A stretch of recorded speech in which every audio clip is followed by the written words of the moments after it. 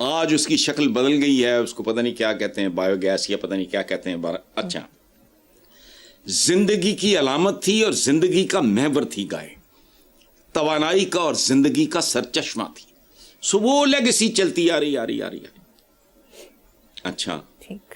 Energy سے لے کے خوراک تک واقعی ماتا تھی. وہ ماتا تو تمہیں دودھ پلا سکتی, خاص اس تو بعد پھر انہیں کی کرنا ماتا نے, وہ تو پال دی آخری وقت تک.